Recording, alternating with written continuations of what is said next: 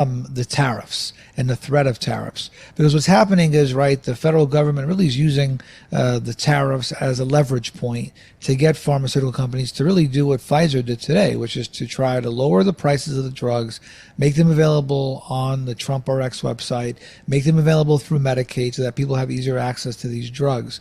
So Pfizer really is the first of the companies to do that. But the significance here is Pfizer, as you well know and many know, is the number one drug company in the world. It's very influential. And so when Pfizer does something, typically other companies tend to follow. Pfizer is also expected to commit about $70 billion in investing in research, development, and most importantly, in domestic manufacturing. Remember, when Trump originally announced the tariffs a few months ago, one of the things that he was really pushing the companies to do was to manufacture here in the U.S. So let's talk a little bit about at least what we know so far. I'm sure some of the details are yet to come out, but we know the White House is unveiling this direct-to-consumer website for Americans to buy these drugs. It's called Trump RX.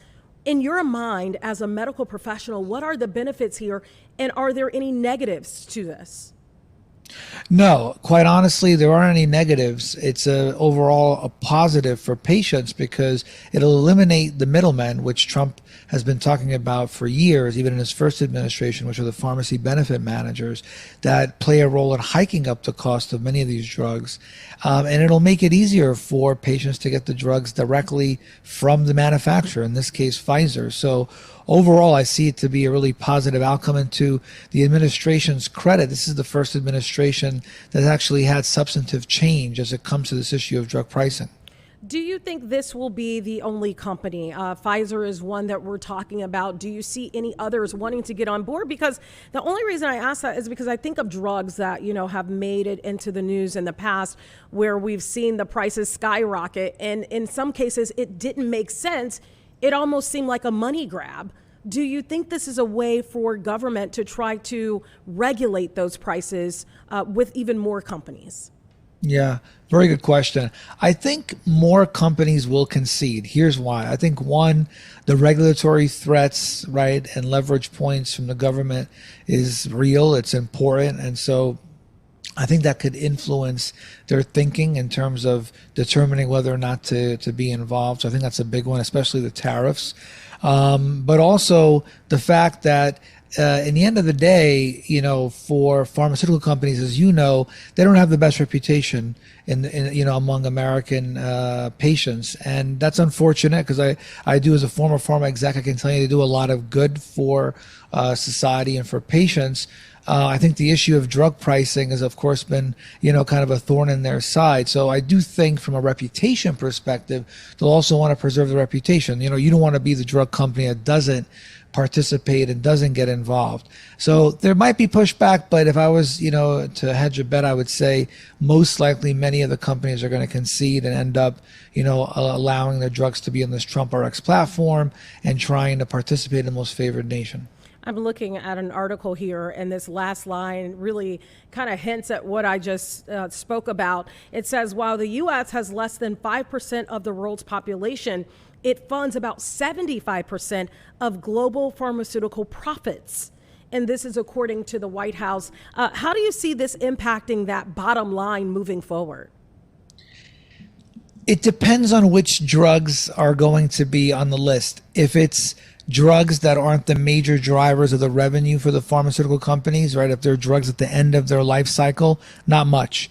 If these are the drugs that the companies are depending on as the engine to drive growth for the next 2 to 3 years, then yes, it could make a difference in the bottom line. But here's the thing. Remember, and President Trump said this today in his announcement, the U.S. has been subsidizing, the cost of these drugs across the world, for many, many years. As you just mentioned, 70% of the profits worldwide come from the U.S.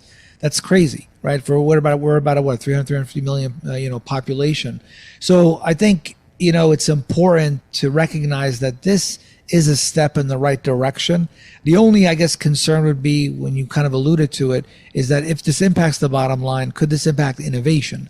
And I think some of the people that are concerned about these policies are worried ultimately about long-term, could this impact innovation in R&D?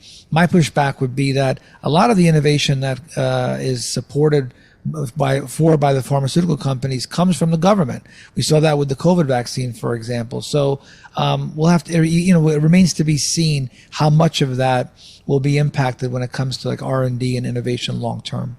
I'm just thinking about my own healthcare insurance, for example, and in some cases, this employer, but previous employers, when I've signed up for insurance coverage, when it comes to being able to get medications, it's through a particular pharmacy. Will people that have those type of plans, from what you've learned on this, I know it's still early on, will they still be able to reap the benefits of this? Because, for example, there are some people that can only get their lower prescription costs through CVS, or can only get that lowered prescription cost through Walgreens. Will they be impacted by this too? It isn't clear how this is going to work with insurers, with pharmacies, with the kind of the reimbursement system or drug supply chains. So that still remains to be seen. We'll have to see how this plays out. This is the first time, this is being rolled out, ever. So in terms of the logistics and, ordering, these medications and how it gets shipped online and things like that, that remains to be seen. It seems like it's going to be a situation where you go online, you order the product from the manufacturer, and it'll just get shipped to you directly as long as you have some type of evidence of a prescription, right? Because that's what you need at a pharmacy typically. So whether that eliminates that or not, it's not clear. So I think we'll have to see kind of the details around that logistically. I know you spoke about, will this impact essentially innovation on the pharmaceutical front? My other question for you is, what in your mind would be the benefit for Pfizer, for example, being the first to get on board with this? So I think reputational risk is important, and credibility in the market, being that leader first.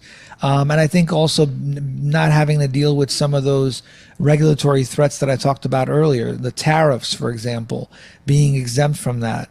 I think that's a big one. That's going to save Pfizer tons of money, right?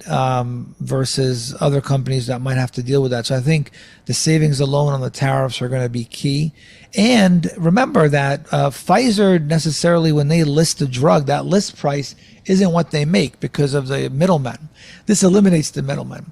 And people don't realize that, I think, when it comes to pharmaceutical companies, they're not necessarily the ones that decide what that drug is going to cost out of pocket. Again, the pharmacy benefit managers decide where it goes on the tier in your formulary in terms of your insurance company. So that plays a big role in terms of how much you pay out of pocket. So for the pharmaceutical company, their goal is to make sure you have access to the medication. They want you to have access to the medication. Matter of fact, we work, my organization, the ACMA, we work with over 1,000 pharmaceutical companies, and we make sure, we help them to make sure that they're getting patients to get access to their medications. Remember, they're vested in making sure that the patients get the medications they need, because at the end of the day, they want them to have positive outcomes. So I think this could help, at least for those Medicaid patients. I'm looking at, all that you've accomplished. You're Dr. William Solomon. You're the founder and CEO of the Accreditation Council for Medical Affairs and the founder and CEO of White Manna Capital Partners, a biotech pharma-focused hedge fund. You've been at this for a while. What have you seen in terms of pharmaceutical prices? We hear people say those prices are ridiculous. They're price gouging. They're going after grandma and grandpa. They don't have this kind of money to just shell out. Is that true that we've seen those pharmaceutical prices over the last 10, 15, 20 years just go straight up in the air? Yeah. I wish I could tell you yes, definitively, or no definitively, and, make it that simple. But the answer is that sometimes it is fair and sometimes it's not. It depends on the outcome and what you perceive as valuable. If you're paying, like the other day I had on my podcast, the Will Solomon podcast, the president of the American Medical Association, Bobby Mukamala, and him and I were talking about a brain tumor he was diagnosed with. So he had this brain tumor, and there's this drug which he was prescribed, which basically prevented the tumor from growing. It kept it, small so that he could stay alive. Now that drug, I think he told me, costs $250,000 a year. That's what they bill the insurance. In that case, I would argue it's worth it, right? It's keeping you alive. In some cases, depending on the outcome that you're looking at, is the drug worth it? So this whole idea of what we call in the industry cost effectiveness. Is the cost worth what you're getting? If it means you're going to live a few months longer, is that worth the cost? If it means it's going to keep you alive, it's a rare disease, is that worth a few $100,000 a year? I remember, when I worked in pharma, there was a drug I worked on, it was $600,000 a year, but it prevented children from getting intellectually disabled and allowed them to live. So, I think it just depends, in that situation. If I was the parent, I would want to make sure that my children had access to these medications. But in the end of the day, it's what the market ultimately is willing to bear. And I think it goes back to this conversation about most favored nations. I think to Trump's credit, he recognized that the American public was getting unfairly treated, which is why he felt like we should try to make the drug prices on par with other countries. And to that, I commend him for that, because I think it's a positive overall. Yeah, you mentioned Dr. Bobby Mukamala. I've had plenty of conversations with him right here on Fox 32 in different platforms. Yes. Let me ask you, how realistic is it in your mind for other big pharma companies to get on board with this and play ball and do the right thing by the American people? Again, I think that the fact that Pfizer did it, I think you're going to see a domino effect. I think you're going to see other companies now conceding and agreeing.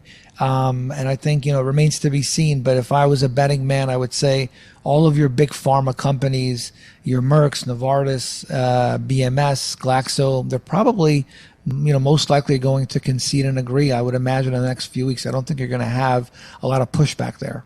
All right. Well, Dr. William Solomon, it was a pleasure speaking to you. I'm sure we'll speak again as more companies get on board and more rollout happens with Trump RX. Thank you so much for spending some time with us and lending your expertise. We appreciate you.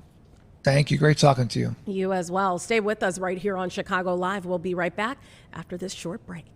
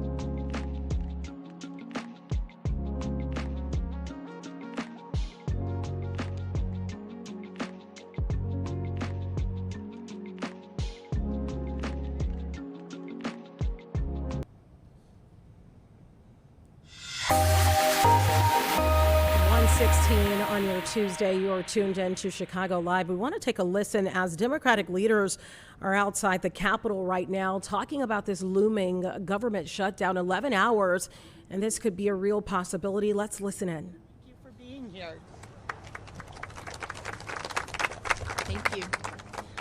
In 2013, I was diagnosed with breast cancer, and the entire treatment would have cost $150,000, but I paid $3,000. And that's because I had health insurance through the Affordable Care Act. And as a freelance artist and writer, I didn't have coverage through work. And I still don't. And it was this, and I paid for this insurance out of my own pocket. And, at the time, I think it was around like a little less than $400. And that was like a lot of money for me as an artist. But I kept paying it because it was the responsible thing to do.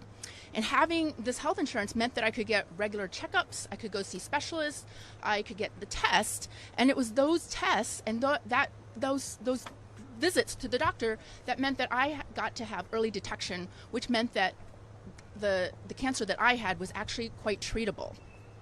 So that's why I'm here as well to talk to you today. It's also meant regular follow-ups so that I can keep talking to you.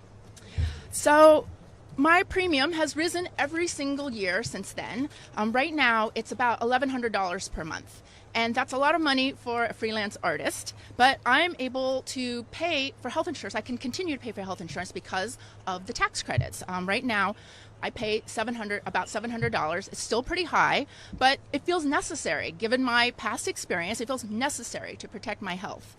So last month, I got this email from the DC Health Insurance Marketplace, and it said that the tax credits are ending, and I freaked out because basically once that tax credit goes away, it's going to double what I have to pay every month, and that means about 20% of my income, and that I just don't even know how to afford 20% of my income.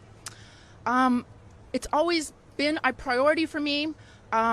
It's meant, even when it's meant making a sacrifice, it means the visits and the tests that mean early detection for diseases that can be cured. It means that I don't have to forego life-saving treatment just because I can't afford it. It means I'm not going to lose my home because of really big medical bills.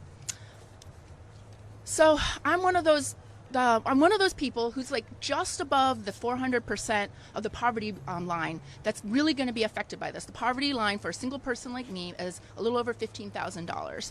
And as a middle class person, that puts me in a middle class.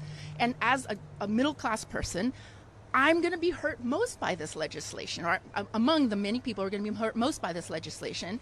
And that's who Republicans are going to take the health care from, people like me. And without this tax credit, I just don't know how I'm going to be able to afford the insurance that once saved my life. As a freelancer, I work way more than 40 hours a week. I don't know if any of you all know what that's like, but it's a lot. And it's not like I can take another job on at this point. And so I'm pretty outraged that Republicans have voted to drive up my healthcare costs, and it's all to give tax cuts to their billionaire buddies. They don't need the money. And so everything already costs too much. Everything keeps costing more and more every day, every week. And Trump and the Republicans are simply making it worse. So I am urging policymakers to not compromise on any cuts in our health care, the tax credit, and any coverage anytime ever from now until forever, because... So again, you're listening to Democratic leaders gathering outside of the Capitol right in D.C., worried about this looming government shutdown, which we know is just really 11 hours away. Of course, we'll keep watching that closely. Here at home, something else has people really riled up, and that is, you can see it right there, the Lake Street Bridge. It's 109 years old and will be under construction for 3 years. And that's the part that has a lot of people scratching their heads. And we want to bring in Professor Joseph Schwieterman, who is employed by DePaul, but also is the president of the Transportation Research Forum, the Chicago chapter. Thank you so much for your time today. Great to be here. So this bridge is 109 years old. It will be being repaired for quite some time. This has some people upset. Let's talk about what repairs will be done within that 3-year span.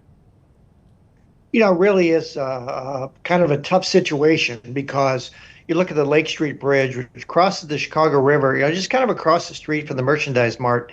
And that's one of our remarkable historic bridges where the L, the green line, pink line runs on top, and the traffic below. And so when you put this under construction, it's a big, complicated endeavor. But I think what makes this so difficult is that, the West Loop, Fulton Market area, is just booming. So there's so much traffic on that street. This is going to be a bit of a headache. So you mentioned the green and pink lines. I do want to point out the fact to people that are watching right now. So CTA service on the green and pink lines will continue while the bridge is closed, except for two shutdowns planned for fall of 2026 and spring of 2027. That is according to the Transportation Department. When we talk about these repairs that are being made to a bridge of this age, where does that fall in line with some of our other bridges? And could we expect to see even more construction projects because we do have so many bridges in and around Chicago?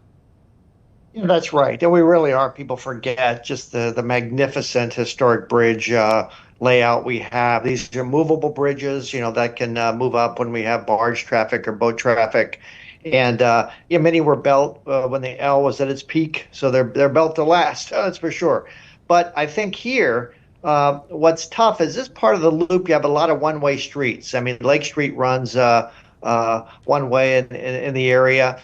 It sort of alternates. So, but when traffic has to move, they often have to go a couple blocks. So like the eastbound traffic will have to go down to Washington and work its way up. And, Washington has transit lanes and so forth. So, it's going to be a bit of a moving target. I think what frustrates me is just the time lag on this. I think, a lot of states would be able to do this in a year and a half or 2 years. It's going to drag out for 3. And, that's become a little bit of a hot button for people where they see the Kennedy Expressway being drug out quite this long. So we're about to start a little adventure, you might say. Yeah, you mentioned, Y3. It takes quite a long time, it sounds like, around these parts. In fact, the renovations were originally planned for 2024. Why does it take so long? I mean, I think that's probably the biggest question that we hear. You mentioned the Kennedy. We were asking the same thing. Why so long around these parts? Is this a situation on a state level, or is it bigger than that? I think one, they do leave some buffers for things to go wrong here. And in this case, we really want to do this without shutting down the L for much extended periods.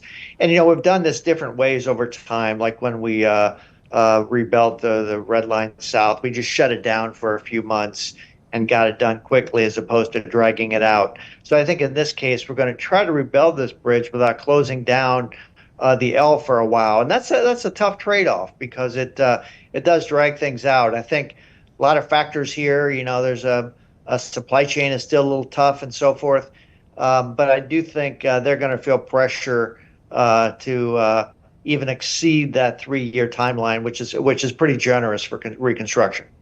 I'm looking at this. It says the Chicago Department of Transportation, the improvements for the bridge includes replacing the bridge's deck, substructures, and CTA tracks, and rehabilitating the bridge's houses and mechanical and electrical systems.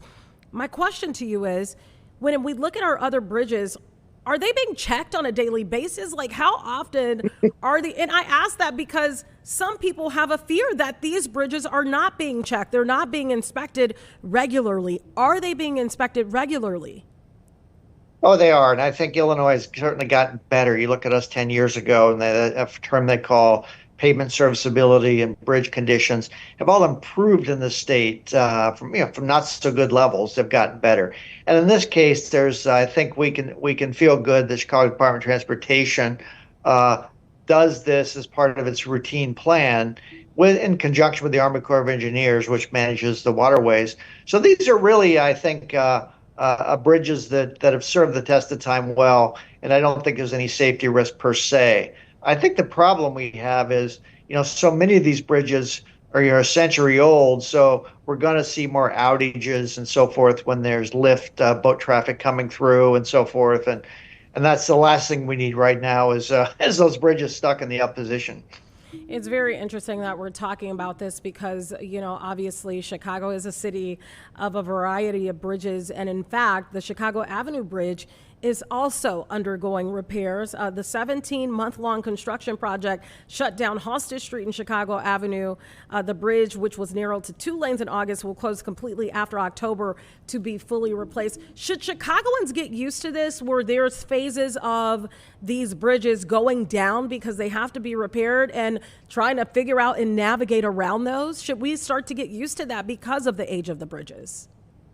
Well, I think the good news is yes, we'll have to get used to that. If you look at the Grand Michigan Avenue Bridge, and that's been refurbished and built in 1920 and so forth. But you're right about Halstead. That area with with the West Loop Fulton Market just booming right now. I mean, a lot of corporate headquarters are going there. We just announced a few new high rises going up now, so that Halstead is really overworked, and the casino's coming in. So we really need to get that street and bridge work done before that casino's in full tilt, you might say. But we have the grid, and that's so much better than other cities where traffic sort of funnels onto our arterial roads. In most areas, traffic can move around the grid. Halstead, that's a little tougher, though. When you mentioned something earlier that I want to go back to, and I may not paraphrase it exactly, but you were talking about, how, for example, the Lake Street Bridge is definitely seeing more traffic these days, probably even more traffic than it was designed for. When they're doing these type of repairs, are they now doing them with it in mind that it is seeing more foot traffic and also car traffic as well? Because 109 years ago, I'm sure they were not expecting this many people to be flooding that Lake Street Bridge. Yeah, it's in a way a blessing that engineers a century ago often over-engineered the bridges, that they designed them for weights that were beyond what we have. And trucks now are limited to about 80,000 pounds. And we're lucky that most of these bridges can handle that. So we probably don't need any structural enhancements because of the way they're engineered. I can say, though, that you use such a tremendous amount of steel. I mean, just incredible. And we know there's import quotas and so forth on that. So that's going to add a wrinkle to this. But it has a lot of these also declared landmarks that adds a wrinkle to it as well. And I think you look at the Lake Street Bridge and the Well Street Bridge where the L's are on top. Those are really magnificent structures. So unfortunately, that'll drag out the improvement timeline. You mentioned landmark, 109 years old, got to be a landmark for the age. Is there something that happens differently when it comes to repairing a bridge that is of that age? Is it handled differently? Yeah, it certainly is. I mean, look at the interstates. Most of those are reinforced concrete bridges, and they're concrete with steel pylons. And those, have a useful life of around 40 years or so. The concrete and the steel sort of expand about the same rate. So when it gets hot or cold, they're quite durable. But we're seeing that in those bridges, you often just have to start over. And Illinois has replaced a lot of those bridges. And you look at like the Stevens Expressway, I-55, we have a real challenge that highway is built on stilts and reinforced concrete pylons. That's much tougher because you have to kind of start over and put that traffic somewhere. Whereas on the Lake Street Bridge, we're mostly going to just shut the street down. Of course, there'll be a lot of welding and improvements and replacement of where we see structural defects. But we're not going to have to, in effect, likely, I'm not sure of the details, but, take it down, so to speak. It is, though, you wonder how long these historic bridges can be revamped in this way because, a century old, it's there's no doubt some corrosion happening. Good point. And I want to go back to something that we kind of touched on at the top of this interview, and that was really the timeline. That is where you have a lot of people upset. Some of the words that I've seen for this, I can't even say because those are the words that people are using.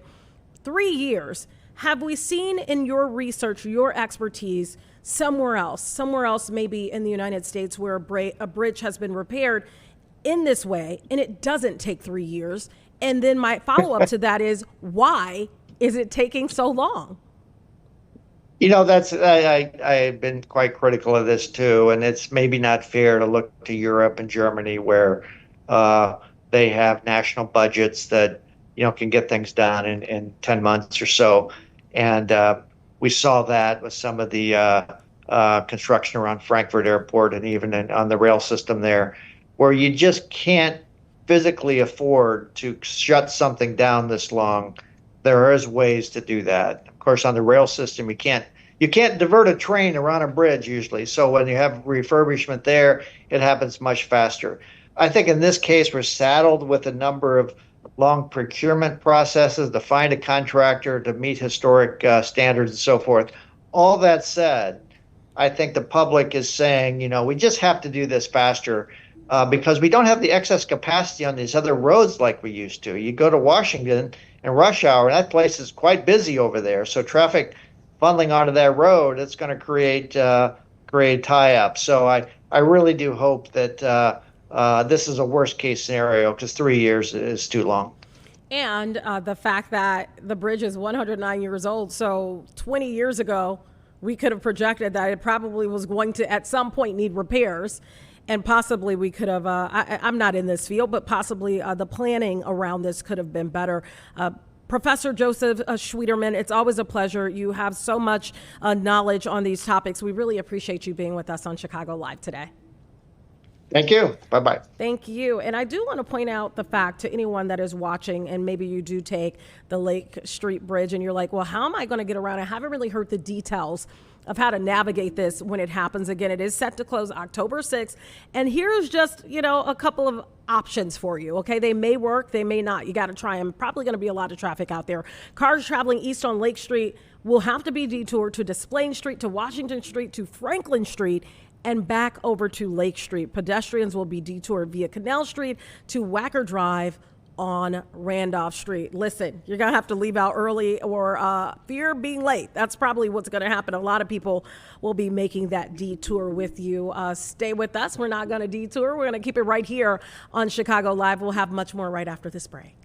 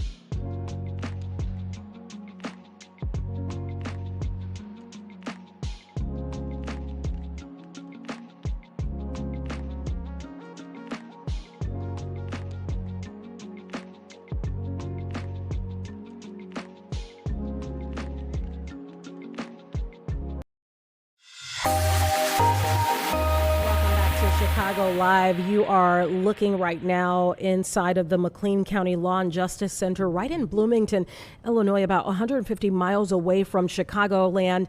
And after 43 years through DNA and investigative genetics, a woman's remains have been identified. We want to listen in on the details of this DNA evidence that was used to really solve this cold case. Let's take a listen.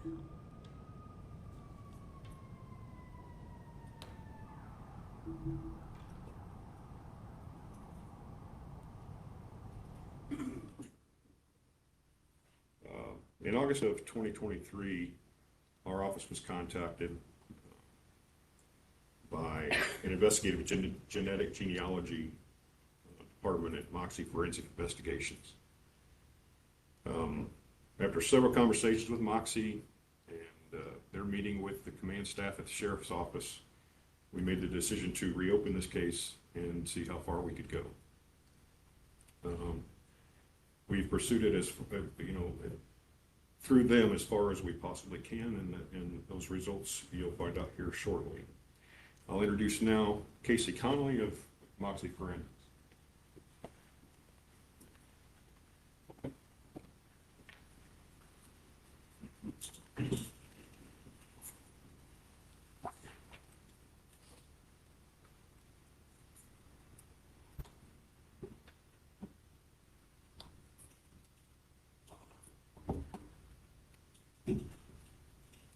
Good afternoon. My name is Casey Conley, and I am a co-founder of Moxie Forensic Investigations, an investigative genetic genealogist, and the case lead for McLean County, Jane Doe, 1982. Moxie Forensic Investigations is a nonprofit investigative genetic genealogy company that specializes in identifying the unknown using DNA analysis of unidentified human remains and perpetrators of violent crime. Our services include investigative genetic genealogy, case consolation, case triage, laboratory and funding assistance, and underreported missing persons cases. Investigative genetic genealogy is the practice of using genealogy to identify unknown individuals for forensic investigations. The work consists of reverse engineering a family tree from DNA matches that will help lead to a potential candidate for the unknown profile. Investigative genetic genealogy has been around for less than 10 years and is still a developing field.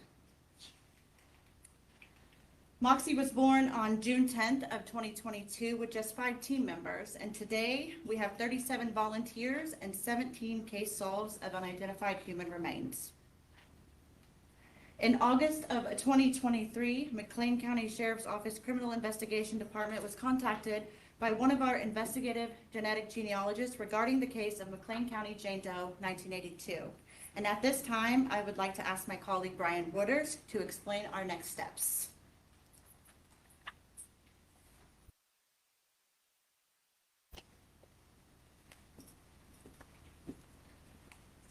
Good afternoon, everyone. My name is Brian Waters. I am an investigative genetic genealogist at Moxie Forensic Investigations. I was also the case lead assist on the case of McLean County, Jane Doe.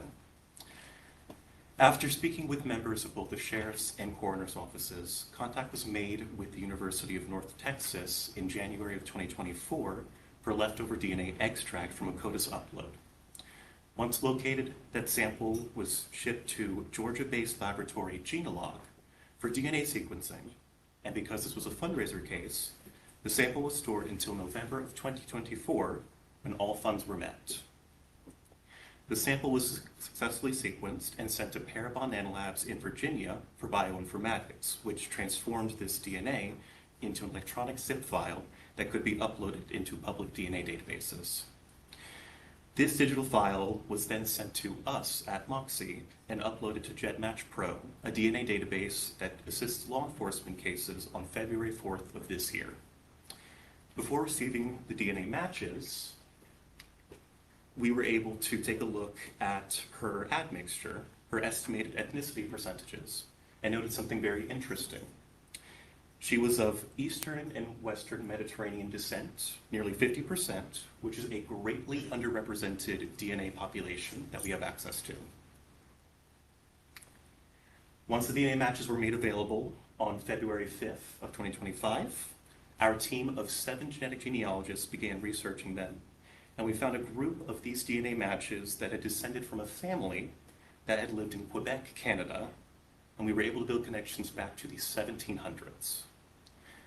We looked over many relatives, and soon enough, by March 16th, we developed a potential connection between this cluster and another DNA match that was able to share X DNA with our Jane Doe. Instead of coming from Quebec, this person's family came from Donegal, Ireland, and we found somebody from this Quebec family marrying somebody from this Irish family. It was at this point that we knew that we were close to finding the mother of Jane Doe, and soon enough, Jane Doe herself. We explored this family of interest, ruling out people who couldn't be Jane Doe or her mother, and we came across a woman marrying a man of Lebanese descent, and we looked at their children, who were in the viable birth year range for Jane Doe. Looking at this family, we saw that there were 2 daughters born to this couple. One daughter had living proof of life after 1982, and the other disappeared from public records prior to 1982. What especially caught our eye was an obituary stating that this daughter was living in New York City in the 1970s, the same place where that key was manufactured that was found on Jane Doe. Although we could not tie in the Lebanese DNA and genealogy through traditional means, we were able to identify several DNA matches of Middle Eastern descent and realized that the Mediterranean DNA was actually encompassing the broader area of Lebanon. Upon ruling out all other relatives in this family, we were confident that we had a candidate.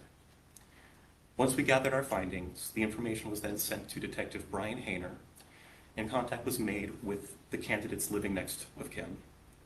They were able to confirm that they had a missing relative last seen in the early 1980s, and a DNA kit was soon sent off to a relative to compare against Jane Doe's DNA kit. Once that relative's DNA was processed, a direct comparison between both of these people showed a close familial relationship, thus confirming the identity of Jane Doe. At this time, Moxie would like to thank the McLean County Sheriff's Office and Coroner's offices for entrusting her case with us, as well as the countless number of people who have played a role in reconciling this woman's identity since she was initially discovered. Our team extends our deepest condolences to the family and loved ones of Jane Doe, and we hope that these developments can bring about a healing period. I'd now like to introduce you all to Dr. Kathy Yoder, who will share Jane Doe's identity with you all.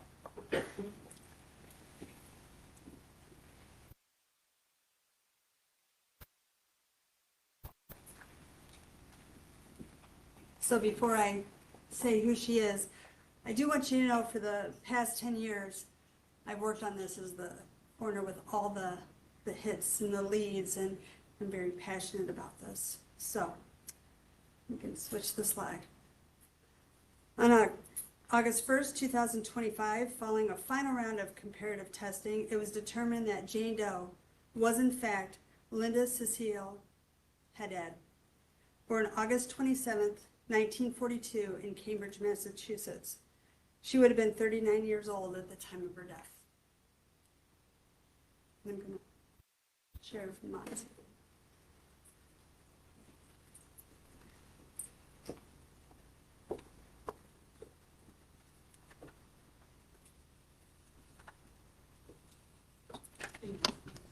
I want to again thank all the investigators throughout the last 40 years for their efforts.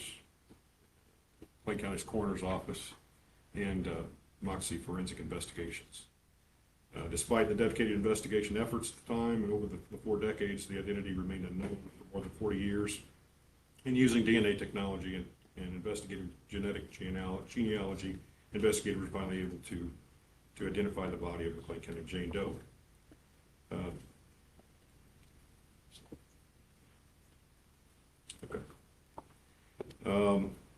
The McLean County Coroner's Office and the Sheriff's Office, Moxie Forensic Investigation, extend their deepest condolences also to the Haddad family and to the friends and all friends and relatives that she had at the time. And then, Casey, do you want to read something else? Yes. Linda's family has provided the following statement to share with you all. Linda grew up in Cambridge, Massachusetts with her parents, older sister, and golden retriever, Michael. Her father brought home fish and chips every Friday evening, which her family would often eat together on the banks of the Charles River near their home. Like her mother and sister, Linda had great style and dressed elegantly. She attended the same all-girls prep school as her older sister, where she made many close friends, some of who are still in contact with her family today. The family spent summers at their cabin in Spencer, Massachusetts, where Linda enjoyed many hours playing with her sister, swimming in the lake, and appreciating the outdoors. Linda's family and friends love her and have missed her greatly. They would like to express their deepest gratitude to the dedicated individuals at Moxie Forensic Investigations, McLean County Coroner's Office, and the McLean County Sheriff's Department, who went to great lengths to identify and locate them. They also want to thank the people of Leroy and surrounding areas who helped and cared for Linda in her time of need. After 42 years of searching and wondering, they are relieved to finally have some answers.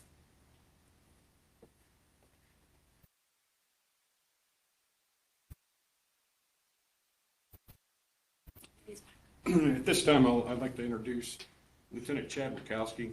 Come and join me, please, and Detective Brian Hanner. Lieutenant Wachowski is in charge of the Criminal Investigations Unit at this time, and he oversees Brian's work. Brian has been the point of contact and the detective on this case since we got involved. So I wanted to point them out. And then that's all we have for the conference. If you have any questions, we'd be glad to get whoever up here that can answer that question and get those answered for you. So, does anybody have any questions at all? Or Kathy, did you want to introduce anyone? I just wanted to introduce my Chief Deputy, Molly Sullivan, who's worked tirelessly on this case with me as well. So without them, we wouldn't bring closure to this family, so, who are in our lives. If you have any questions, we will answer them for you to the best of our ability. This is the kind of crowd Does the press have any You know, I questions? have one. I mean, is this just the beginning? Are there other cases that you're looking at potentially using this firm and this technique to solve? My office does not have any cases that would be of this type. There are unsolved cases, but no unsolved identities at this point that we could use this technology for. Yeah. This is McLean County's only unidentified person, so we're honored to have found this person, and everyone's life is important. Everyone's life is important. And Moxie, I think, it's amazing to use the genealogy. If there's any cases out there that needed to find answers, use them. They're great to work with. It's amazing. And if you have any questions for them, please do ask. They are amazing. And they're dedicated and passionate. So can I, I'm sorry, one more. Yeah. Can I just understand, like, how this differs from, 23andMe, or, why the databases are maybe different than what police and law enforcement have access to? So a lot of people take consumer DNA tests at Ancestry and 23andMe, but those terms of services do not allow us to utilize their databases. So we're only able to utilize public databases like DNA Justice, GEDmatch, and the FTDNA, which are a very small percentage compared to the databases that we are seeing at Ancestry and 23andMe. Those are public databases, and the individuals who take consumer DNA tests can download the raw DNA, upload to those three, and those will allow IgG to be able to compare to our unidentifieds. It does require a little bit of work. We do have step-by-step instructions with pictures on our website, moxieforensics.com, so you can go check that out. But it does require them to give permission to compare to unidentified human remains and perpetrator kits. So this is case officially closed now, if I understand correctly. Yes, that's correct. We will be filing the amendment to the death certificate. And we know where she's buried in, so she'll have her death certificate with her name on it. It's important to note also that Moxie Forensic Investigations raised funds in order to do all this testing. So they took this from, we didn't know this was an option. We didn't have this type of thing budgeted for. They raised the money for us. And without that, this case would have gone nowhere. At least it wouldn't have been solved this quickly. It would have been a couple more years probably. So I wanted to note that they took care of all of those things on top of all the hard work that they did in solving this case. Any other questions? Yes, ma'am. One more. Just in your interactions with the family members, when you were able to identify them and speak with them, did they give any indication why she was hitchhiking in McLean County, or, you said she had ties to New York? Did they have any knowledge of why she may have, been drawn to suicide, or what they knew about her at the time that brought her here? Sure. There was no indications of why she was in this area. or any indications that she was having, any thoughts of suicide. But what I find very extremely important to note is the amount of effort that her father, her mother, and then her sister also went through to try to locate her from the moment that they could not reach her until just a couple of months ago. They reached out to multiple organizations, groups. They had friends who practiced law that were friends of Linda's, who helped them draft up, paper to send to different organizations. They tried every single day. And even the family members that are living today, they were still looking too. So they never gave up. Sure.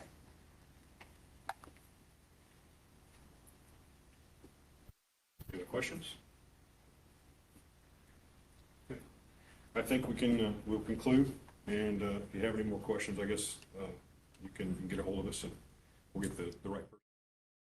Again, that was in McLean County. We were listening in on one of the oldest cold cases that they have solved there in Bloomington, Illinois.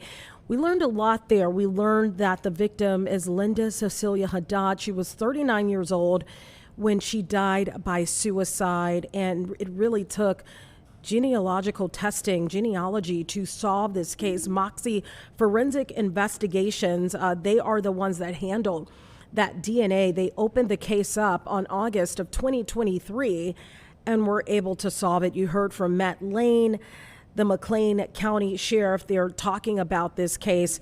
And if you are, or you know someone that feels like they are in crisis, maybe suicidal, tell them to call this number, or you yourself can call. The number is 988. That is the Suicide in Crisis Lifeline. We learned that Linda was living in the Massachusetts area. Still really unclear how she ended up in McLean County, in Bloomington, Illinois, but at least now her family has some peace. You heard them say there that they were still looking for her, actively looking for her, even though this disappearance, this discovery was found 43 years ago. So that just tells you the resilience of this family, and finally to have at least a little bit of peace to know, that she has been identified. We'll stick with Chicago Live. We'll have much more coverage right after this break.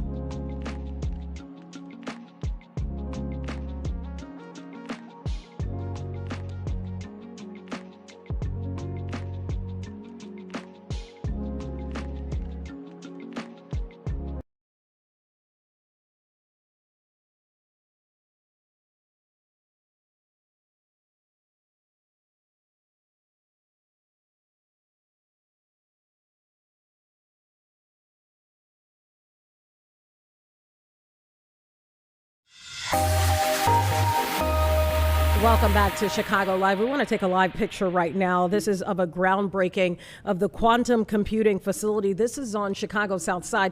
We do know that Governor J.B. Pritzker and also Mayor Brandon Johnson are going to appear there. Of course, we will have coverage of that a little later in this show. We're also waiting for them to speak as well at Kennedy King College inside of the Great Hall there. We know they are attending this because of the launch of what they're calling Food Security for Life. It was started by the Greater Chicago Food Depository and the City Colleges of Chicago to end hunger among their students. So we are expecting both of those officials to speak. And of course, it probably is going to have some insight into exactly what's going on in the city of Chicago. We've been talking about immigration enforcement. We've also been talking about the possibility of the National Guard coming here as well. So those may be topics that come up at this press conference that started at around 1:05. So we are expecting to take that right here on Chicago Live. So stick with us for that. We'll have much more right after this break.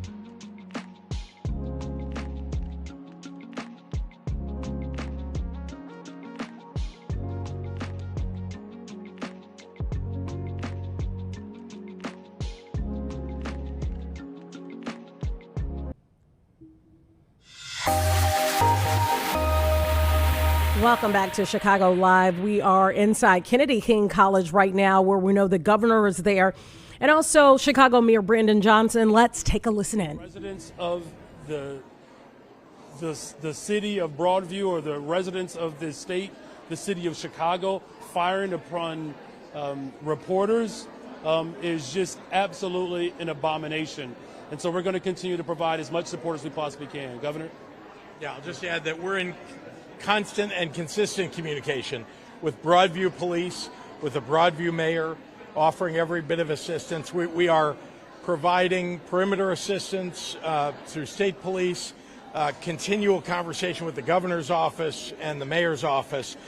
They have requested certain kinds of equipment, some of which we can provide. And so, look, everything that we can do, we want to keep the people of Broadview especially safe.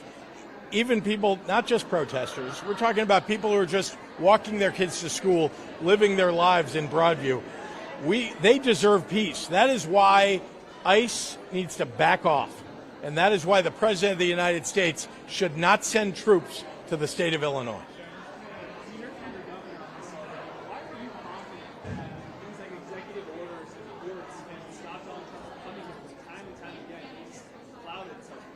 Well, you know, clearly this president is not interested in governing, right? We're talking about we're hours away from the government shutting down, and the very troops that he's looking to deploy won't get paid.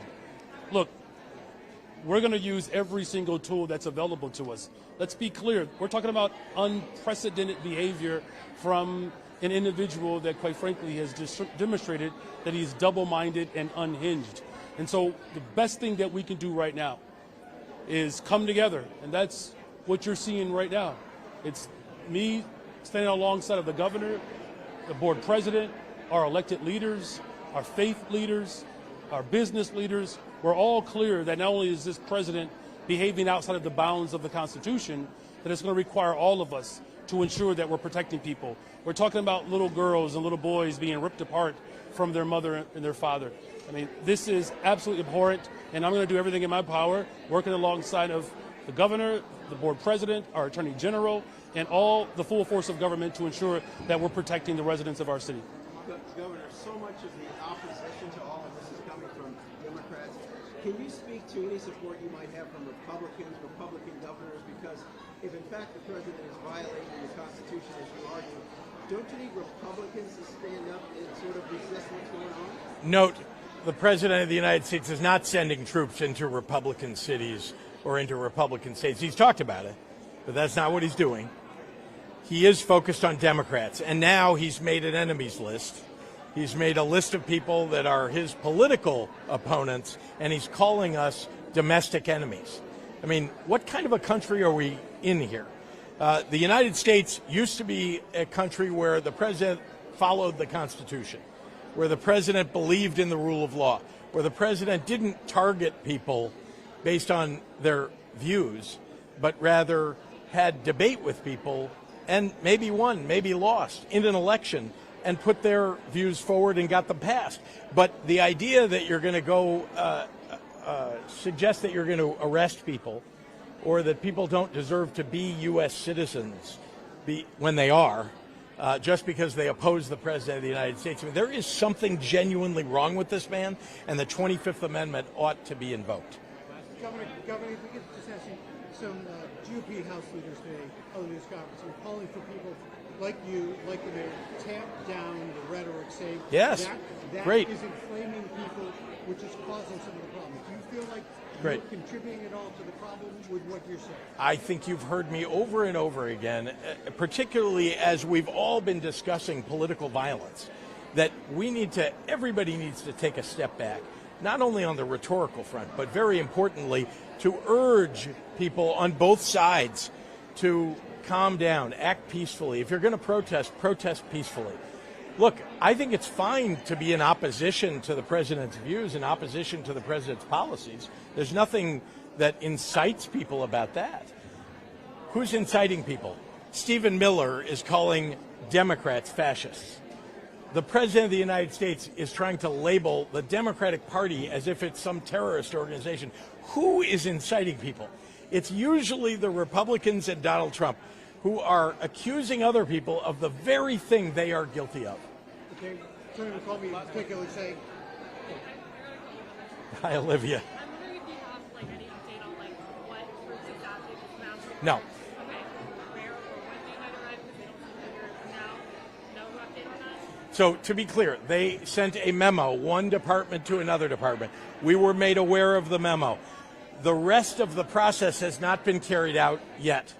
So we don't know, and that process will determine where those troops might come from, military troops, whether they would be National Guard from the state of Illinois, National Guard from Texas, or actual members of the military, Marines, or others who might be sent from elsewhere in the United States.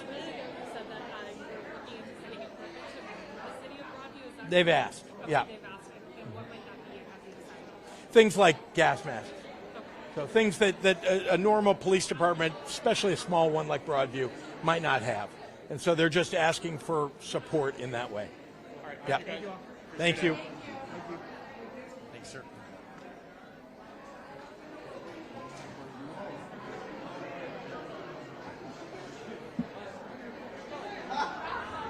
And you were just listening to Governor Pritzker and Chicago Mayor Brandon Johnson, both speaking at Kennedy King College about threats made by President Trump to send federal troops here to the city of Chicago. Pritzker said that he's asking for people on both sides of this, Republicans and Democrats, to calm down and to act peacefully.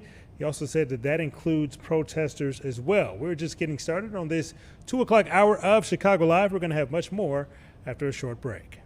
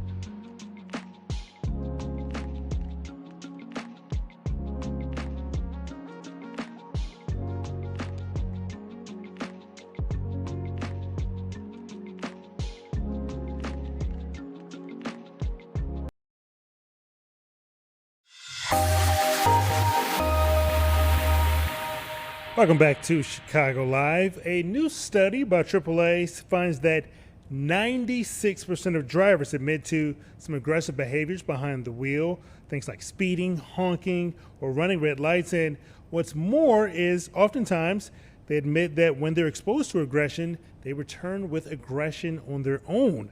We're learning a little bit more about this study. We're joined by Molly Hart, who is a spokeswoman for AAA. Thanks so much for being here. Hi there. So what stood out to you the most in this new study on aggressive driving by AAA? There's a couple of things that stand out. Not, what you said, 96% are admitting to aggressive driving in the past year. 11% are also admitting to violent driving, and that means bumping into a car or confronting that other driver. So that's concerning. And these statistics have gone up since we did it in 2016. As a matter of fact, 67% of the people are cutting people off on the road and 47% are doing more honking. So people are tense, people are stressed, and that behavior is being exhibited on our roads. Is there anything in the study where you kind of understand why so many people are admitting to being aggressive behind the wheel? Is there anything that's leading to this in your findings? Yes, what's so interesting, and it actually really does make sense, is a lot of it is based on emotion and also people being stressed out, whether by the, running against the clock. But because of these things, they're either leaving a little bit later than they should, or they simply have just had a bad day. They get engaged into aggressive driving. And part of it is they want to take control over again for themselves, but that's not the right behavior.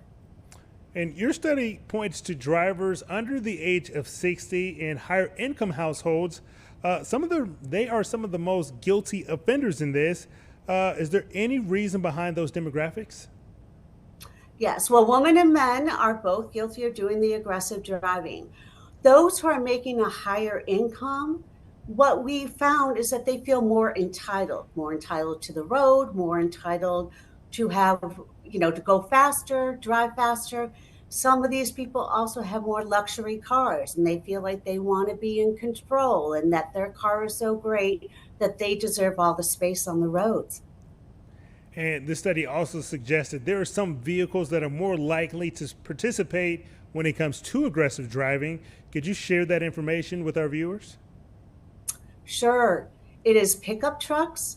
It is motorcycles, as a matter of fact, and then sports cars. Those are the main vehicles that portray aggressive driving. And on the other side of this, another study comparison was done back in 2016. Is there anything that's improved as far as people's driving habits since then? There has been some improvement. Tailgating's down, which is fantastic. And actually, people are not honking as much as they have in the past. However, the other numbers are so high, and people need to be courteous to one another. And one of the biggest things that set people off and make them do aggressive driving is merging.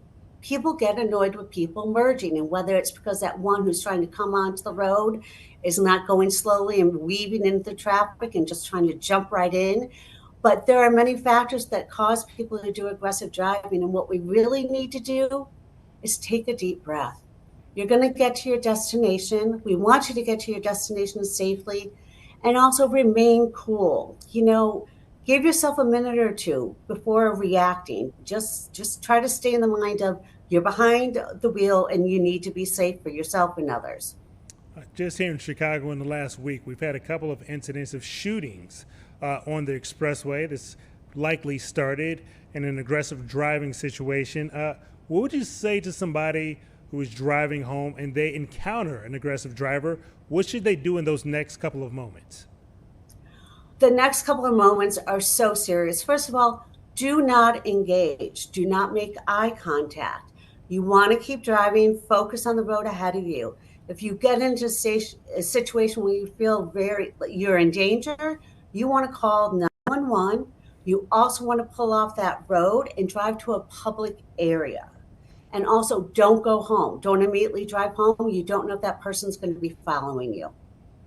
Also, we're heading into the thick of the holiday season, not that far away, where we know a lot more people are going to be on the road. Some people are stressed, getting a little bit late to their destinations. What is AAA's biggest message to drivers as we head into the thick of the holiday driving season? As we say every holiday, get up in the morning and go. It's always later in the afternoon when the roads get congested. So do that, but also just give yourself, book an hour on either end or to give yourself the time to get to the destination and not stress out. Again, it's the emotions that people are feeling that are causing the aggressive driving. If you can take a little bit of that away, no one's going to be endangering themselves. And Molly, last one for you here. Here locally in Chicago, are there certain neighborhoods or expressways where you guys have found drivers to be more aggressive? Sure. It's mostly the urban areas. It's not as much in the suburban areas, but it does happen. But, if you look at a beach-like community, whether down in Florida, you don't see as much aggressive driving. But here in Chicago, there's a lot going on. Molly Hart from AAA, thanks so much for your time and perspective.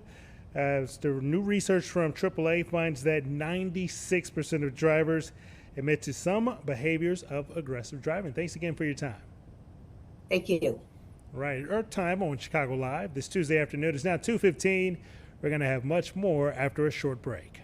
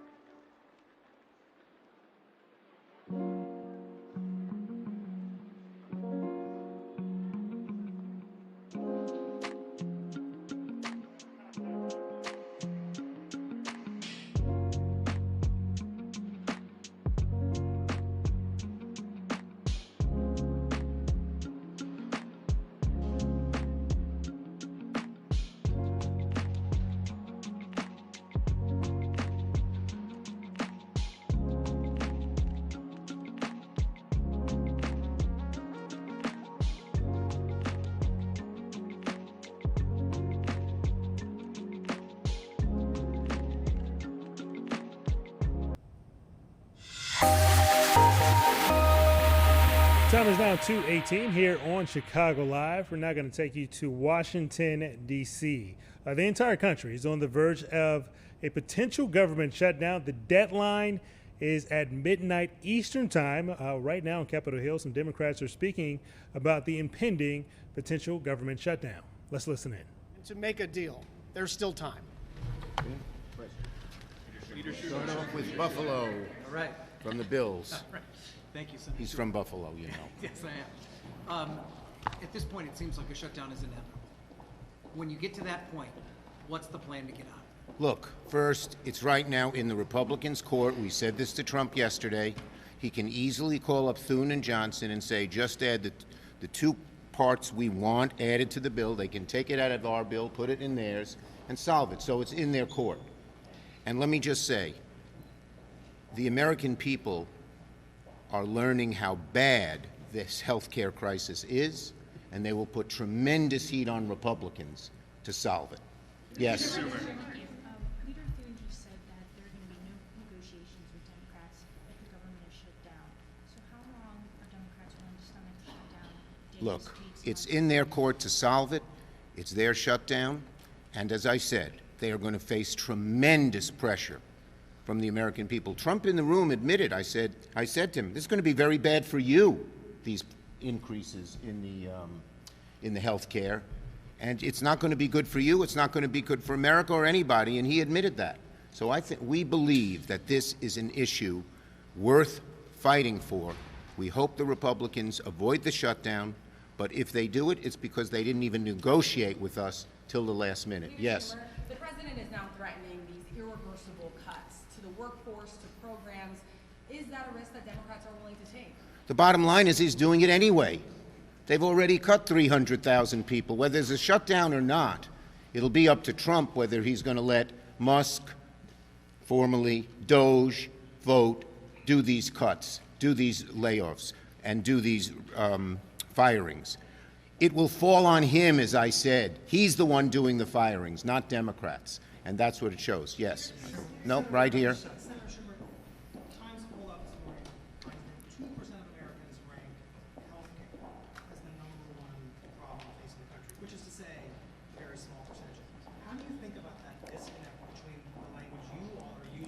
It's not what it's, I don't know what the poll numbers were, because yes, without question, wherever we go, wherever we talk about it, it has our back on this issue, and it shows that who do you trust much more? Who do you trust more to deal with the health care crisis?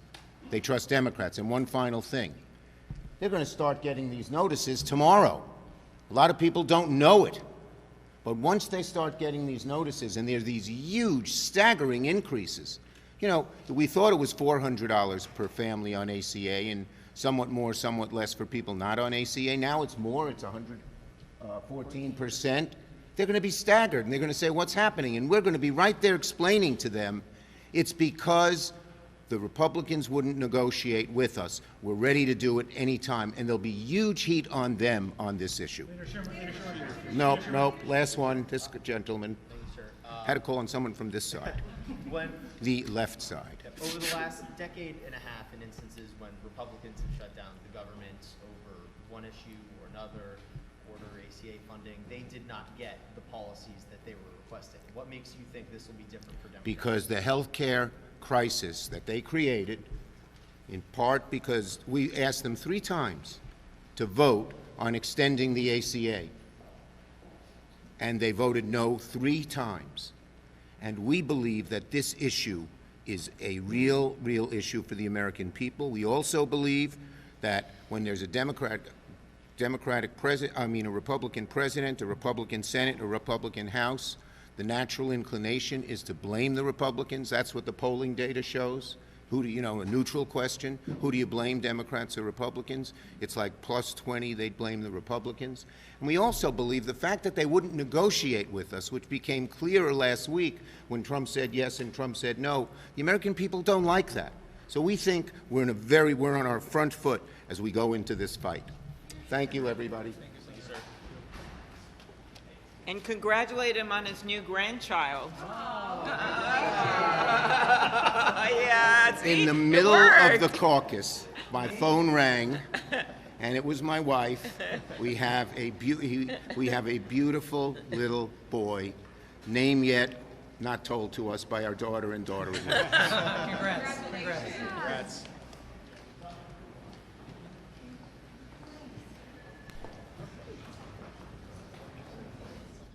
And you were just listening to Minority Leader of the United States Senate, Chuck Schumer, who is providing the Democrat side of why we are facing a potential government shutdown. He was placing blame to the other side, obviously the Republicans and President Trump in this instance.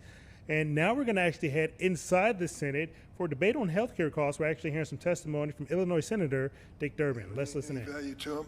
For a lot of people, this is a big investment. They make a decision on when and whether they're going to travel based on whether they can use miles or win miles in the process. What does it do to your competition with Frontier? Well, it helps us to a degree, but it harms us in that we just don't have the scale, right? So if I had access to the big airlines networks, the same credit card someone used would get them more places they could fly, as an example. We are doing things to innovate, like we're introducing a first-class seat so people can get upgrades and so forth. But again, I just don't have the scale, so I don't get that benefit.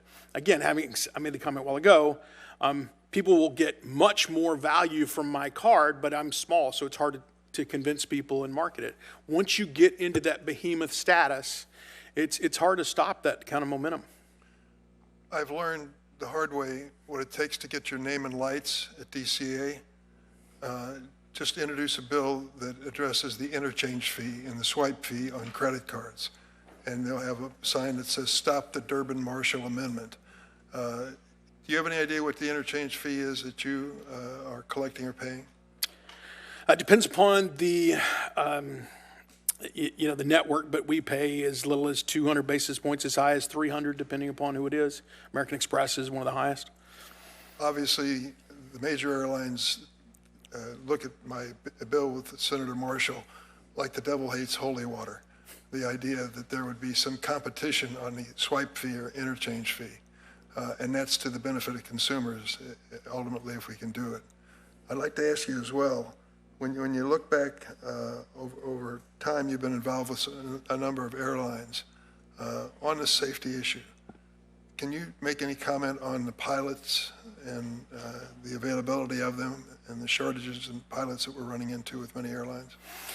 Sure. So fortunately, the pilot shortage that we had a few years ago has now kind of dissipated. It could come back at some point.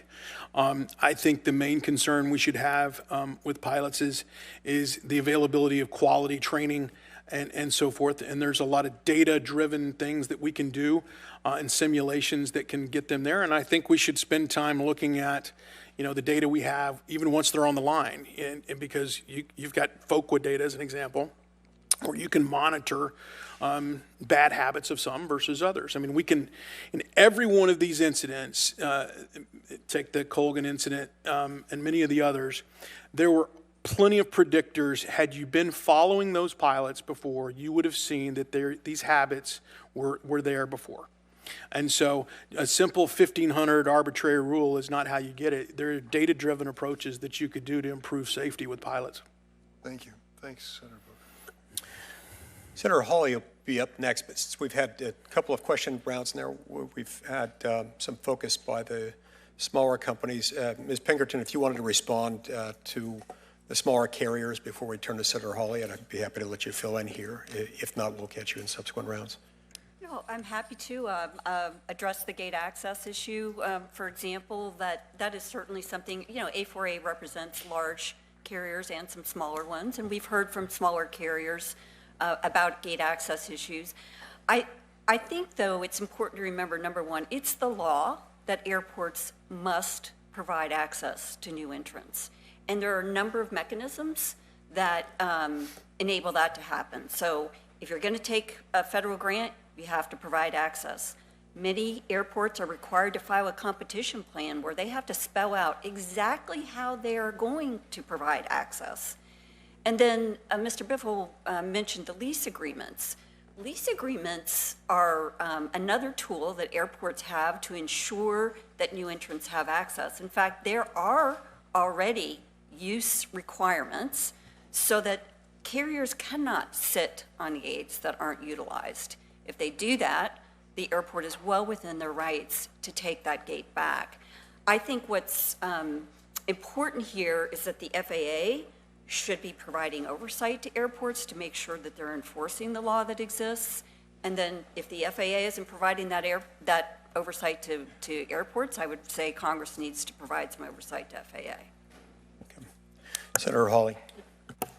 Thank you very much, Mr. Chairman. Thanks to all the witnesses for being here. Mr. Biffle, if I could just start with you. About 9 months ago, your chief commercial officer testified to me that Frontier pays its gate.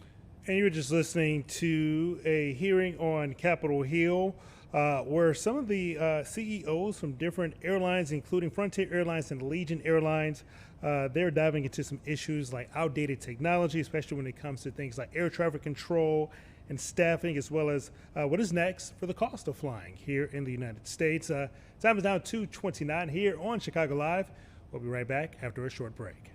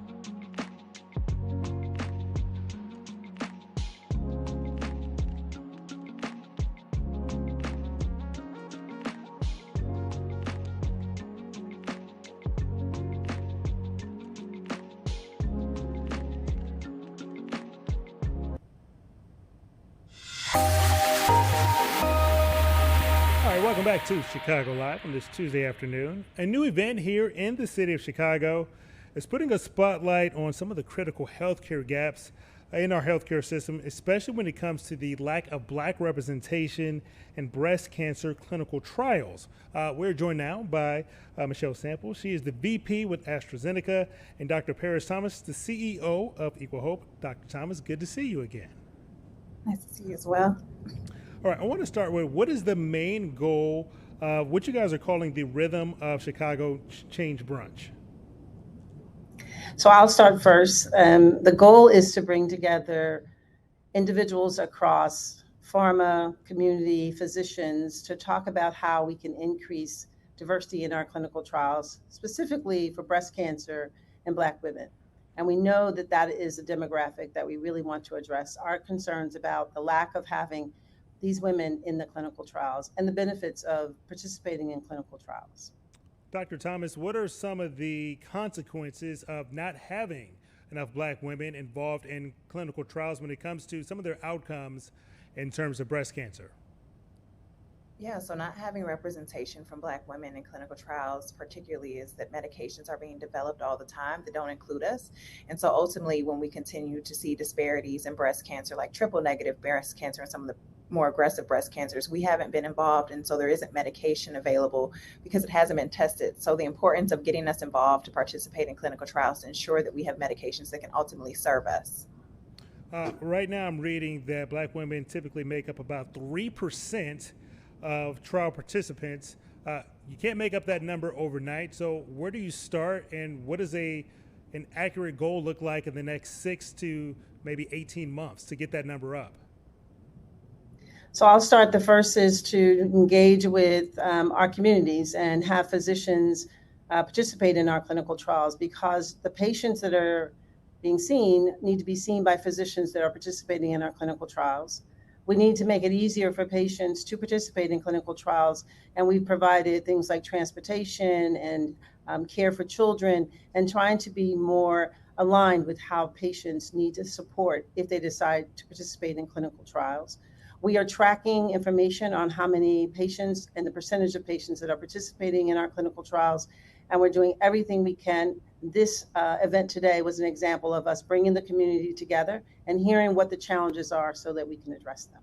Who else is joining you guys in this event today? What kind of perspectives and new ideas are they bringing to the table? I think today included a lot of patient advocate organizations, a lot of the systems.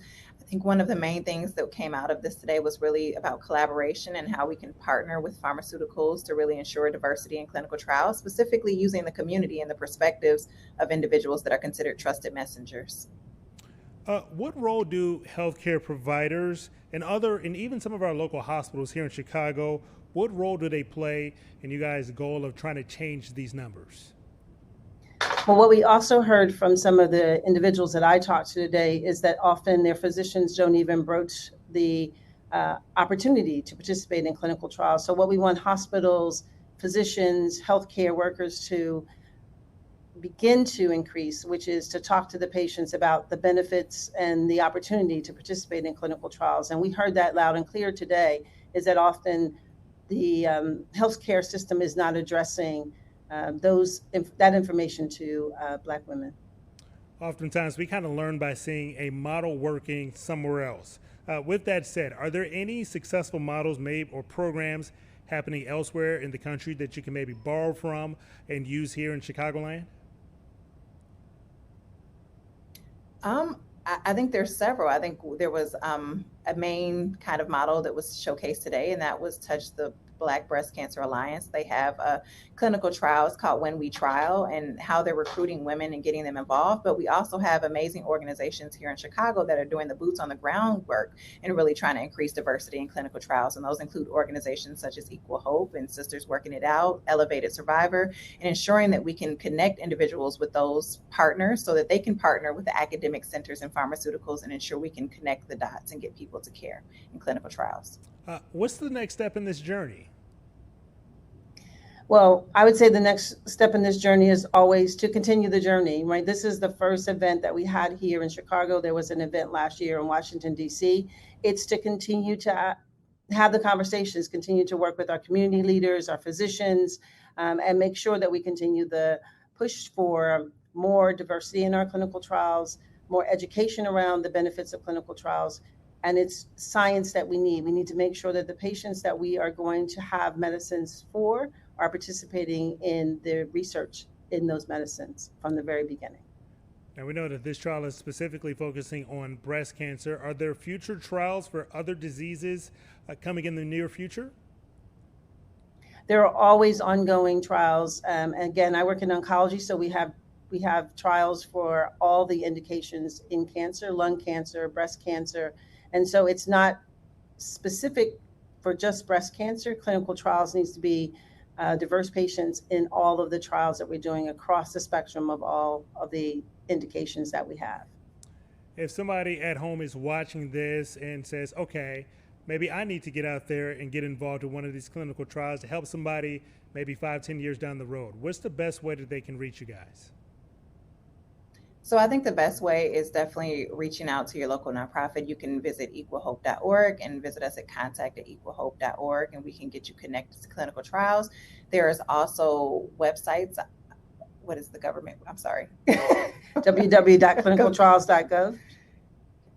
All right, thank you. So I would also add that you can talk to your physician about clinical trials. And if you're diagnosed with cancer, you can also request that you have more information about the benefits and the possibilities to participate in a clinical trial. All right, Michelle Sample with AstraZeneca and Dr. Paris Thomas, CEO of Equal Hope. Thank you both for your time this afternoon. Thank you. All right, time is now 2:39 here on Chicago Live. We're going to head right back to D.C. for some more of this hearing on the future of the airline industry here in the country. Lose economic investment, they lose opportunity, and many times they lose out on what adds, how should I say it, adds vibrancy to a community. I just want to shift, Mr. McGee, to you really quickly in the remaining time that I have. Can you speak to me about an idea that I really believe in, which is this idea of passengers have fundamental rights, and what Congress could do to better protect passengers who still often report very bad experiences? I think that Senator Hawley was scratching at that as well. Well, maybe not scratching, but pounding at that as well. Yes, thank you, Senator.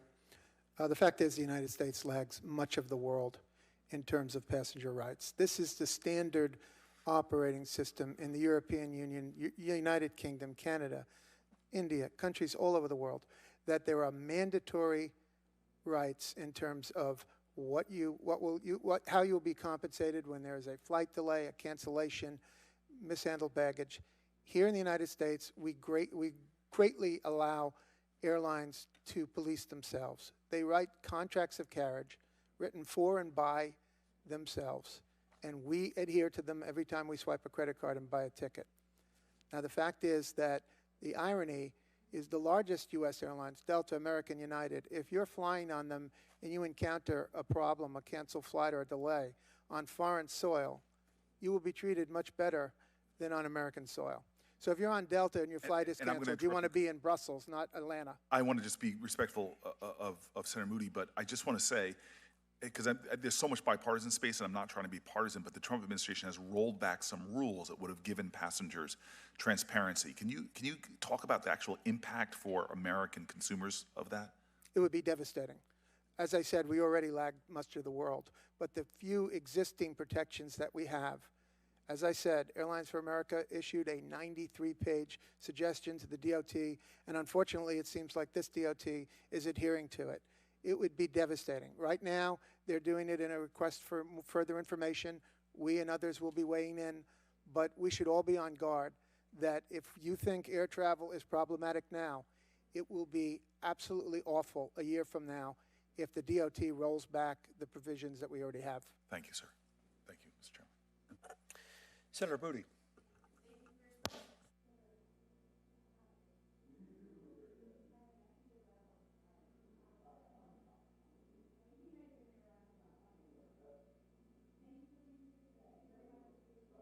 Microphone, and I will say he has more, I'm sure he spends more money on product than you do. For sure. You can give me your tips later. Thank you for being here today. Very important hearing. Very important hearing. One of the things that we struggle with, I think specifically in the airline industry, is the understanding, as I come at other industries, coming from as Attorney General, one of our big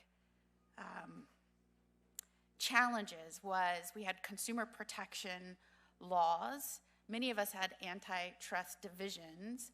And when you're approaching mergers, acquisitions, you're always trying to make sure that there is meaningful, true competition, while at the same time making sure you're never, as a government, selecting the winners in a market, because that in of itself negates meaningful competition. And I was very frustrated with a particular case in the sense that we have for those that don't know, and the American people that may be watching, we have legacy airlines, we have low-cost airlines, and then we have ultra-low-cost airlines. And we have two of our ultra-low-cost airlines with us today. Is that how you would describe yourself? Is that your Sorry, Senator, we like to refer to ourselves as value airlines. Value airlines. It is a common term that is used, ultra-low-cost carrier. So my concern is once you come into the market as a new player, and let's say you come in as a value airline or even a low-cost airline, do you think that you have to stay there for the duration of the existence of your company? Is that just answer, either one of you? Well, it is not uncommon for airlines to evolve. Probably the best example today is Southwest. Started out as low cost, and they're now evolving to offering and suggesting that they may have either other legacy or big network attributes, if that makes sense. Yeah, so I was very frustrated under the Biden administration when the Spirit and JetBlue announced that merger. And by the next March, Florida came in and looked at that and said very clearly, we can make sure we have better capacity, better flights, ensure competition. We announced a settlement. This was only probably about 6 months after the announcement. And the next day, DOJ announced they were going to fight and they were going to block that. The next day. It showed very differing philosophies on how to ensure competition and ensure that government was not picking winners and losers.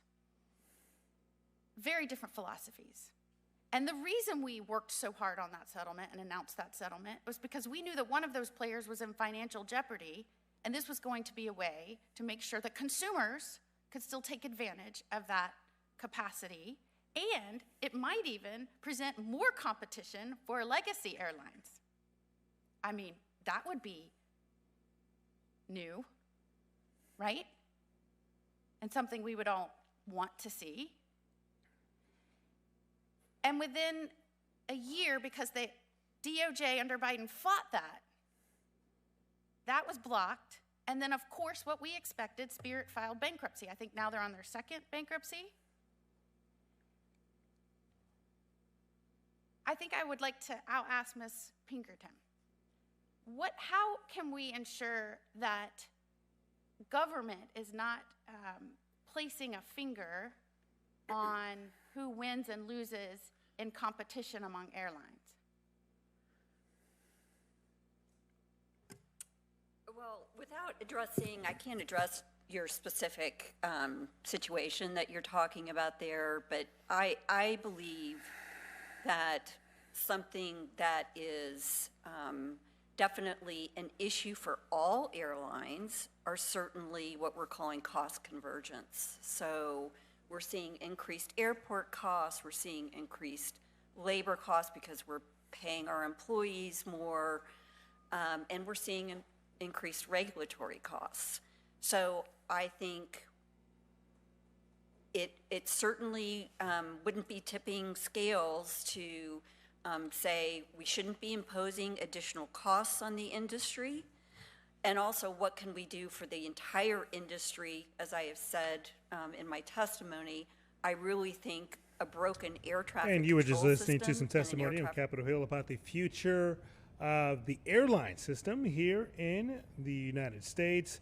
They're talking about issues such as outdated technology, air traffic control, the lack of air traffic controllers, and also what is next for the cost of flying here across the country.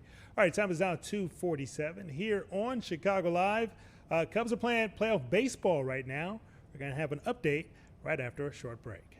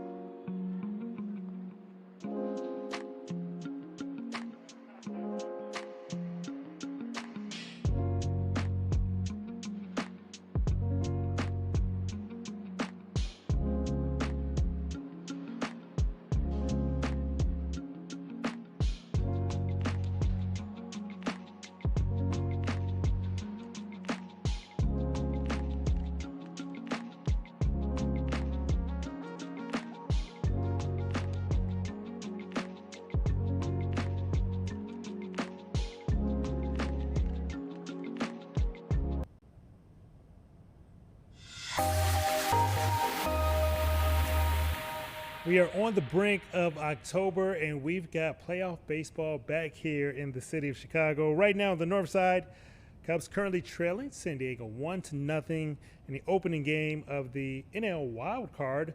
We're joined now by our Dane Placco, our own Cubs expert from just outside of the friendly confines. How would you describe the atmosphere, and what are fans expecting as this game has just gotten kicked off maybe about 50 minutes or so ago? Yeah, the game started about 40 minutes or so ago, Brian. A huge crowd inside Wrigley Field. And what was kind of noticeable earlier was how big the crowd was outside in Wrigleyville. Certainly a party atmosphere, a playoff atmosphere. Here in the neighborhood around the ballpark. The first time, in fact, we've been able to experience a playoff atmosphere in quite some time. You know, the Cubs haven't been in the playoffs since 2020, and you may remember that was the COVID year, which means that even when they had the playoff games here at Wrigley, fans were excluded. They were kept outside. It was an empty ballpark. Before that, it was 2018 that the Cubs were last in the playoffs, the NLCS series that they lost to the Dodgers. So it's been 7 years since we've had playoff baseball in Wrigley Field that fans can experience, and people are loving it. I got to tell you, a lot of excitement around the ballpark.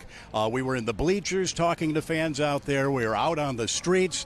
A decent police presence as well, stepped up security because it is the playoffs.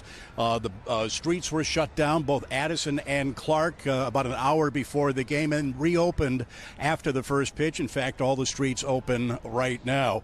As I say, it has been a long time coming for Cubs fans. There are high hopes for this team. Cubs getting off to a fantastic blazing start earlier this year, and then having some trouble with the bats in the second half of the season, although they had a great 3-game sweep against the Cardinals to end the season here at Wrigley. The bats seem to be getting hot at that point. Right now, the bat's still cold. There, as you can see on the marquee behind me, we're in the bottom of the third. Padres leading the Cubs 1-0. That's the scene out here, Brian. First 2 games of this series are going to be here at Wrigley Field. Just how important do you think the home field advantage is going to be? Do the Cubs get to play at least 2 out of these 3 games right here in front of the home crowd? Yeah, in fact, if there is a third game, they'll play that here, too. That's the advantage of having the best record for a wild card team. They get to have home field advantage for all 3 potential games. 2 of them will certainly be played here at Wrigley because it's a best 2 out of 3 series. Be great if the Cubs were able to take those 2 right away and not have to worry about a third game. You know, there is definitely an advantage for the Cubs playing here at Wrigley Field. We know that from history, Brian. Back in 1984, the Cubs and Padres were matched up in the National League Championship Series. In the first game, a day very much like this, I remember it. I was there. I was covering it. October of 1984, the Cubs beat the Padres 13-0. The wind was blowing out, warm temperatures, beautiful blue skies. Rick Sutcliffe, the Cubs pitcher, hit a home run, a barrage of home runs by the Cubs that day. Then they won Game 2, so it was a 5-game series. All they had to do was win one more game in San Diego. It didn't work out too well. You might know that they went out to San Diego and got swept. Something us Cubs fans still feel pain over, but definitely there is a home field advantage, especially when the game starts at 2 o'clock. The sun is setting a little earlier these days, which makes the outfield playing conditions really tricky for visiting teams. Definitely something that our outfielders are very familiar with. These teams this season, they haven't played since April, and they kind of split the 6 matchups earlier in the season. Right. Who do you think has the advantage now that we're in the postseason?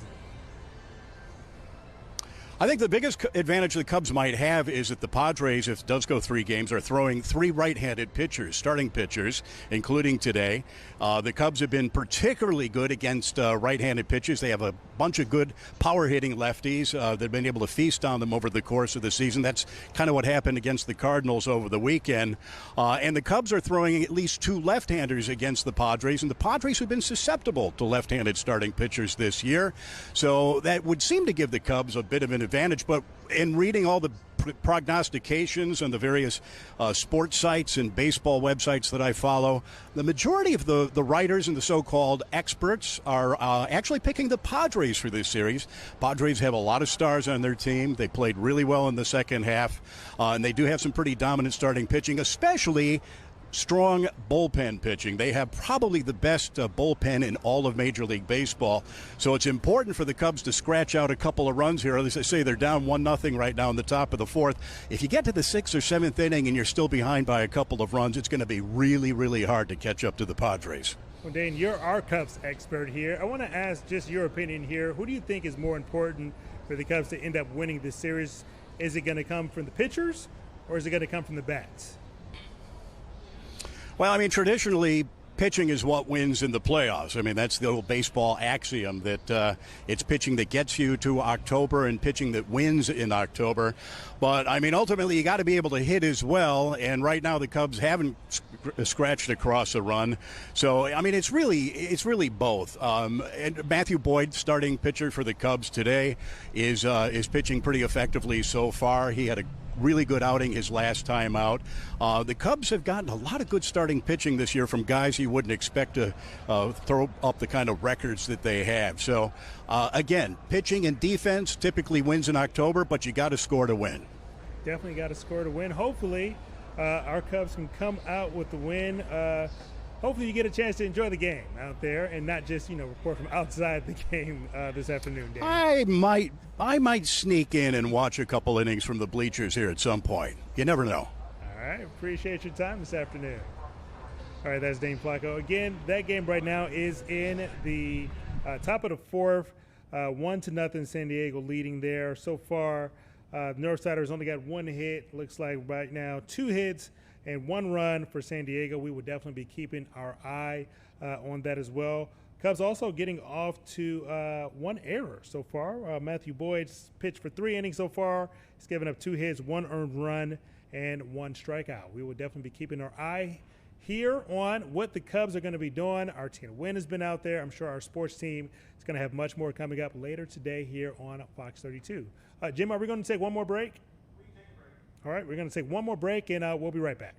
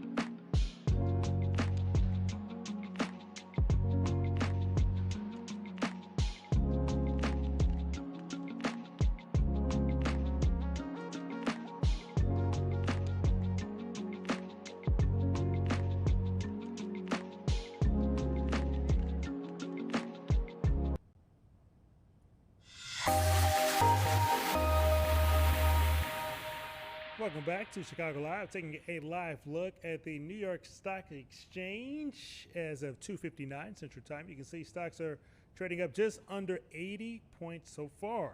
One thing we'll be keeping an eye on between now and the rest of the evening, and of course, the latest on the potential government shutdown in Washington, D.C. The deadline to reach a deal to avoid that shutdown, which could mean the loss of a lot of government jobs, will be at midnight Eastern Time, which is 11 p.m. Central Time. We will be following the latest here on Fox 32 Chicago. We'll have much more on that coming up on Fox 32 News at 4. We'll see you then.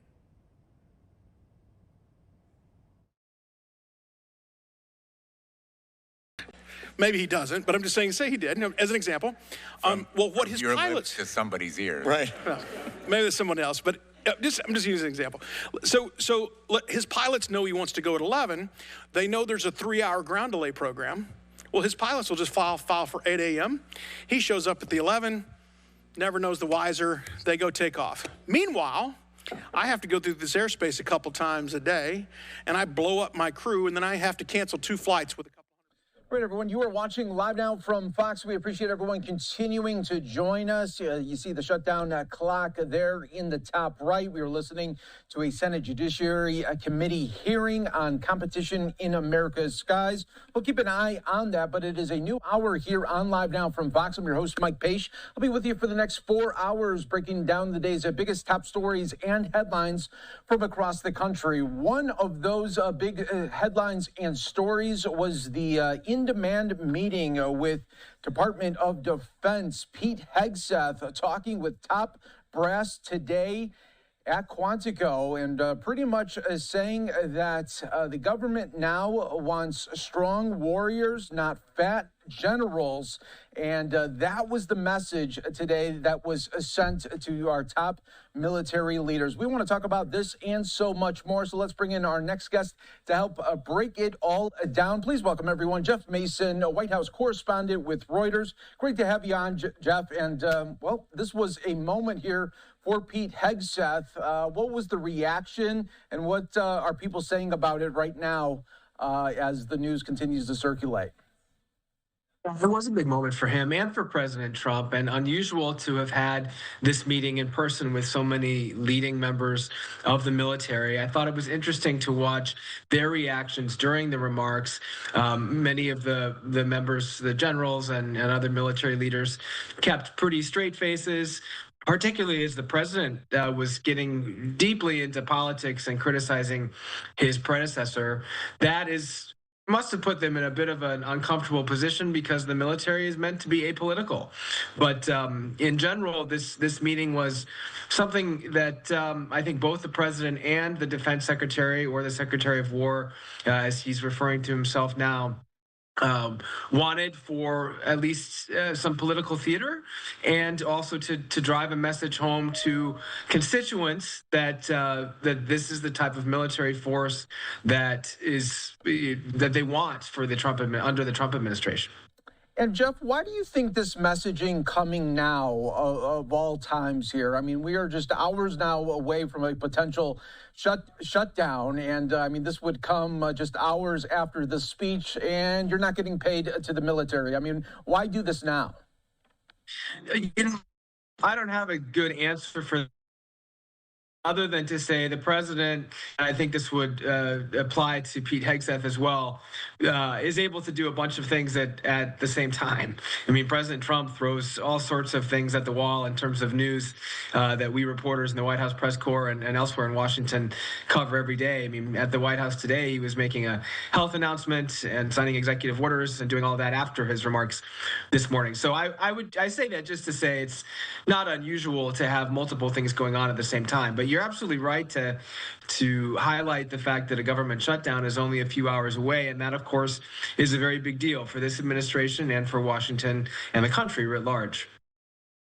And when we talk about the potential for a government shutdown, I mean, right now we saw, just yesterday, Vice President J.D. Vance says, yeah, it looks like it could happen there. Of course, Republicans want to blame the Democrats. Democrats want to blame the Republicans. But will they be able to find maybe an off-ramp before this deadline hits? I would say it's getting pretty close. So far, they haven't found it, and both sides are keeping sort of close to their positions. And it is both sides that are responsible. And so far as both houses of Congress are controlled by Republicans, but you need a few Democrats to help make this happen. And they're using a rare moment of leverage, whether or not that ends up backfiring for Democrats, or whether the public blames Republicans, which has have as I said, the majorities, that's still TBD. Yeah, so true. Jeff, as you were just saying there, President Trump, known to do a lot of things during a day. We want to go now live out to the White House Oval Office. President Trump making some remarks. Jeff, always great to have you on. Thanks so much for your insight. We really appreciate it. Sure thing. Thank you. Who we see a lot of lately. You've been really active. It's been very active. Secretary of Education, Linda McMahon, who's so fantastic, and I guess we reached a deal with Harvard today, so we'll see how that. All you have to do is paper it, right, Linda? Just yes, sir. Paper it out. It'll be great, though. It's going to have to do with something that's very important to everybody. CMS Administrator Mehmet Oz, FDA Commissioner Marty McCary, Director of the National Institute of Health, Jay Bhattacharya. Is that good, Jay? That's pretty good. Perfect. Right? I'm getting better. That's perfect. I'm getting better. Science and Technology Advisor Michael Kratsios, AI and Crypto Czar David Sachs. You're doing great, David. As well as a friend of mine, Stephanie McMahon, and her incredible husband, Triple H. You all know Triple H. I'm not going to fight that guy. He's one of the greatest. I also want to thank all of the brave young people who are with us today, and they've gone through a lot, but it's really coming out very good. And I just gave them a beautiful coin, and we're going to save that coin, right? A beautiful coin. In 2019, I was proud to launch the Childhood Cancer Data Initiative. And I think Stephanie was a big factor, right, Linda? She was a big factor as to what we're doing right now. Absolutely. Which invested $50 million a year into pediatric cancer research. And today, in line with recommendations made by Secretary Kennedy and the MAHA Commission, we're doubling that investment, adding another $50 million to Childhood Cancer Data Initiative. We're doing that immediately. And we have a lot of money coming in with the tariffs. We've never had money like this coming in. We're a rich country again. We were